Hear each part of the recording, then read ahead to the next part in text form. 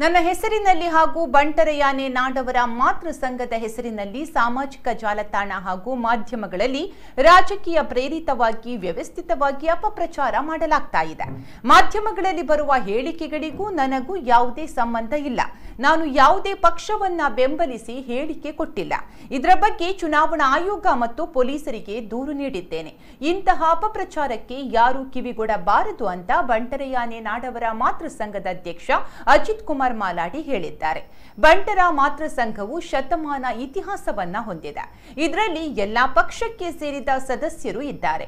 ಈ ಹಿನ್ನೆಲೆಯಿಂದ ಸಂಘವು ಯಾವುದೇ ಒಂದು ರಾಜಕೀಯ ಪಕ್ಷಕ್ಕೆ ಬೆಂಬಲಿಸುವ ಪ್ರಶ್ನೆಯೇ ಇಲ್ಲ.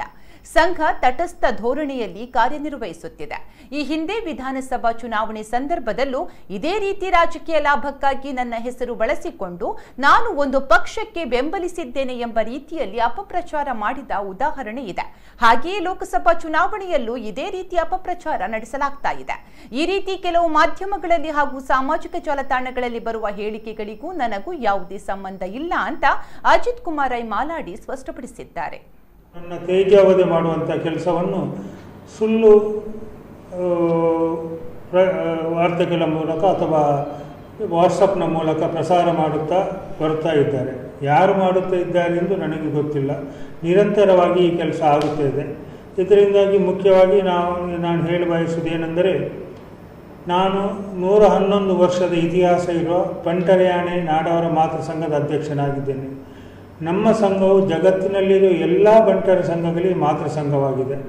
ಹೀಗಿರುವಾಗ ನಮಗೆ ಅತಿ ದೊಡ್ಡ ಜವಾಬ್ದಾರಿ ಇದೆ. ನಮ್ಮ ಸಮಾಜದಲ್ಲಿ ಎಲ್ಲ ಪಕ್ಷದಲ್ಲಿರುವ ಜನರು ಇದ್ದಾರೆ. ನಮ್ಮ ಸಂಘದಲ್ಲಿ ಲಕ್ಷಾಂತರ ಸದಸ್ಯರಿದ್ದರೂ ಎಲ್ಲ ಪಕ್ಷದಲ್ಲಿರುವ ಸದಸ್ಯರು ಇದ್ದಾರೆ. ಆದ್ದರಿಂದ ಸಂಘವು ಇವತ್ತಿನವರೆಗೂ ಚುನಾವಣೆಯ ವಿಷಯದಲ್ಲಿ ತಟಸ್ಥವಾದ ಧೋರಣೆಯನ್ನು ನಡೆಸಿದೆ. ವೈಯಕ್ತಿಕವಾಗಿ ಯಾರೂ ಅವರವರ ಮತ ಚಲಾಯಿಸಬಹುದು.